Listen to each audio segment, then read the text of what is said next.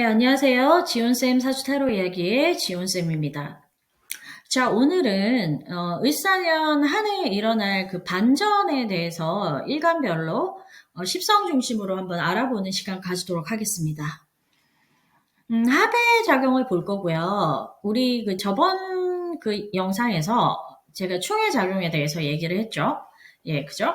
예, 을사년 이제 사해충, 그죠? 해소의 쓰임을 본 겁니다. 각 일간별 십성별로. 예, 그러면 충을 봤으니까 당연히 충과 반대되는 개념인 합도 예, 중요하겠죠. 예, 그래서 예, 그러면은 이제 뭡니까? 사유합이 되겠죠. 예, 을사년 지지에 사화가 들어오니까 그 사유축 금국에 사유 반합이 되는 거고요. 그러니까는 그 유금이라는 글자가 본인 사주 명식에 있으면은, 이게 그 합이 발생하는 겁니다. 사유 반합이.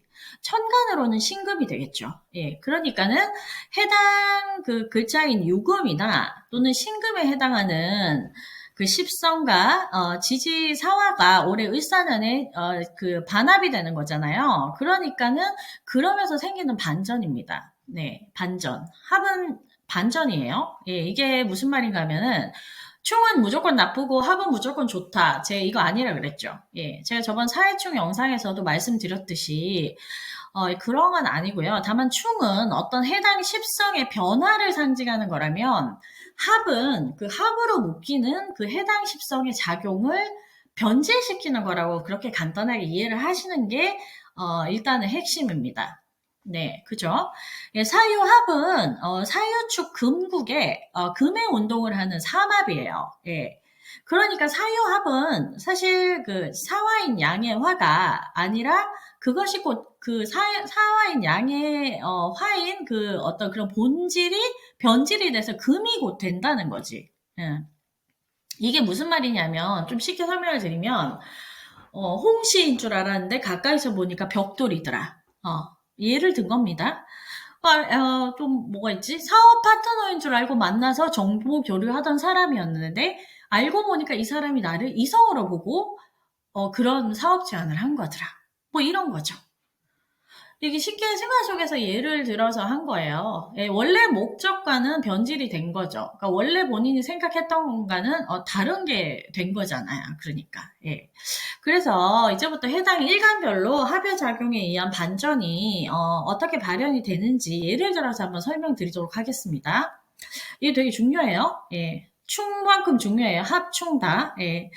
이제 3월이잖아요. 그래서 이제 3월 지나면 사실 이제 을사년 관련 콘텐츠는 제가 더 이상 안 올릴 것 같거든요. 왜냐면은 제가 이제 2월 2일부터 유튜브를 시작을 했어요. 그래서 연초에 원래 이런 을사년 콘텐츠 올리는 건데 못 올렸으니까 그래도 3월까지는 아직 한 해의 시작을 준비하고 충분히 그 흐름에 대비를 하기에 좋은 달이라고 생각해요. 그리고 봄이기도 하고. 또 인월보다는 묘월이 좀 본격적이라고 할까요? 그 해의 기운이 무르익는 거지. 예.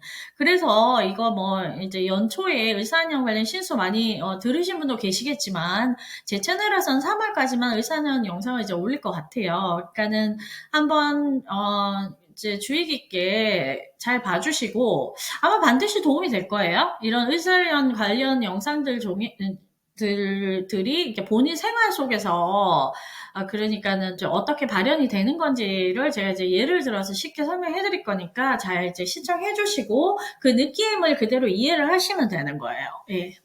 뭐 사유 반합, 사유충, 사유합 이게 중요한 게 아니야. 그런 것들이 내 생활에 어떻게 예를 들어서 이렇게 된다는 그 어떤 큰 의미만 이해를 하시면은 된다는 거지, 내 말은. 예. 자, 그럼 가을목일간부터 할게요. 지지로는 그 유금이 그 천간으로는 신금이라고 했습니다. 예, 갑을목 일간할 때는 사화는 식상이 되지만 사유합이 되면은 사화가 을사년에 여둔의 지지로 들어오는 거니까요. 사유합되면은 사유축 금국이니까 금이 되는 거잖아요. 그럼 금은 뭔가요? 갑을목 일간한테는 관성이 됩니다. 자, 그럼 이게 무슨 말이냐? 그러면 식상의 어떤 본질이 변질된다는 거죠. 관성으로. 예를 들게요. 내가 뭔가 내 재주를 가지고 회사에서 일을 했어요. 뭔가 나만의 특별한 재능 같은 거지. 그걸로 이제 열심히 일을 했는데 사유합이 되는 거니까 그게 곧 관의 속성으로 관이 되는 거잖아. 그러니까 좋은 말로 하면 재능 기부인데 이렇게 돼서 이게 나를 치는 거죠. 이제 관이 나를 제어하고 통제하는 거잖아요. 그래서 곧 나의 재능 발현이 나를 압박시키는 어떤 틀이 돼버린다는 거죠. 뭐 고정적으로 내가 회사에서 내 재능 기부를 해가지고 뭐 막 그 고정적으로 뭐 이렇게 뭐 한 달에 한 번씩 뭘 해줘야 되는 그런 감투를 써버린다는 거지. 그죠? 내가 내 재능을 좀 그냥 뭐 이런 거 할 줄 아니까 뭐 그냥 좀 뽐내고 싶어서 한 건데 회사에서 이게 뭔가 이제 감투를 쓰던지 해버려서 굉장히 피곤해지는 일이 생긴다는 거예요. 예, 좀 이해가 되시나요? 예.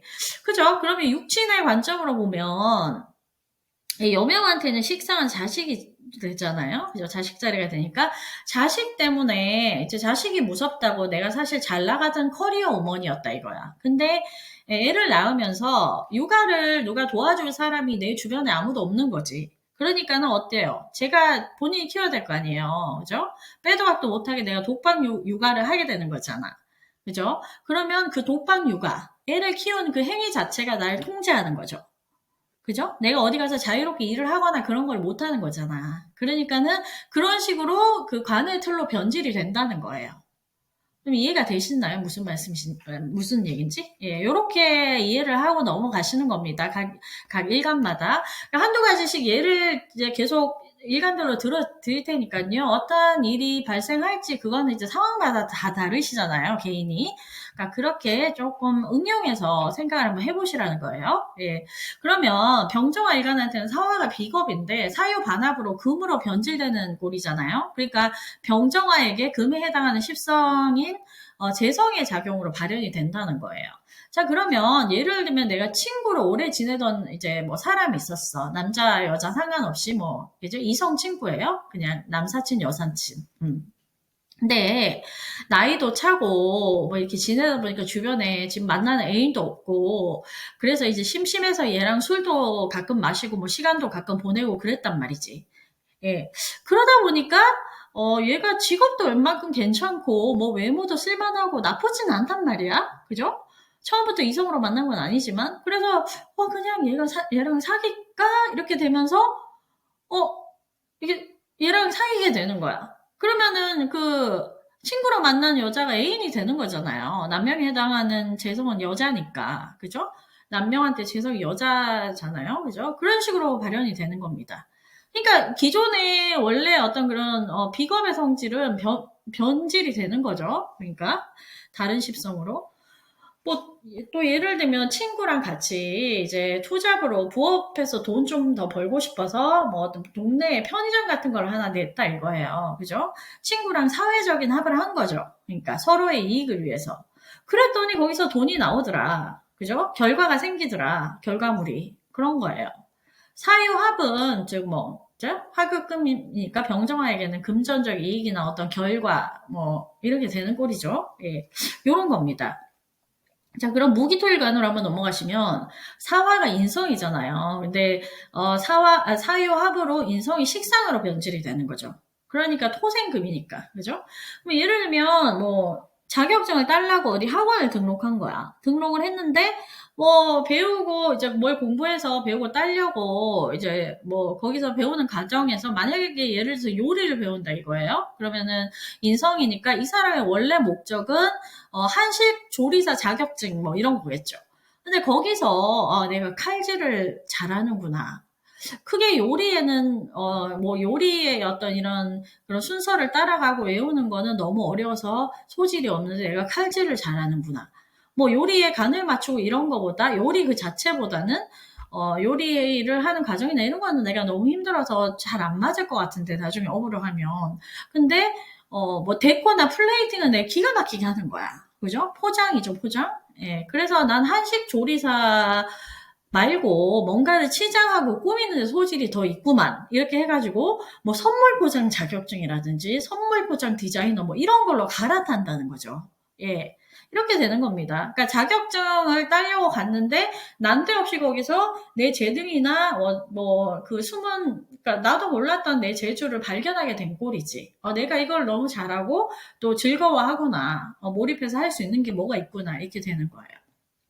딱 육친의 관점으로 예를 들면 인성은 어머니의 코드잖아요. 그죠?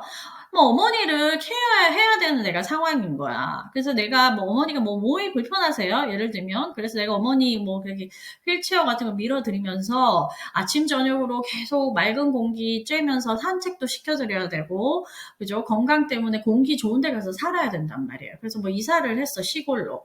그렇게 하다 보니까 원래 목적은 어머니 돌봄인데 그렇게 하다 보니까 내 건강이 더 좋아지는 거예요.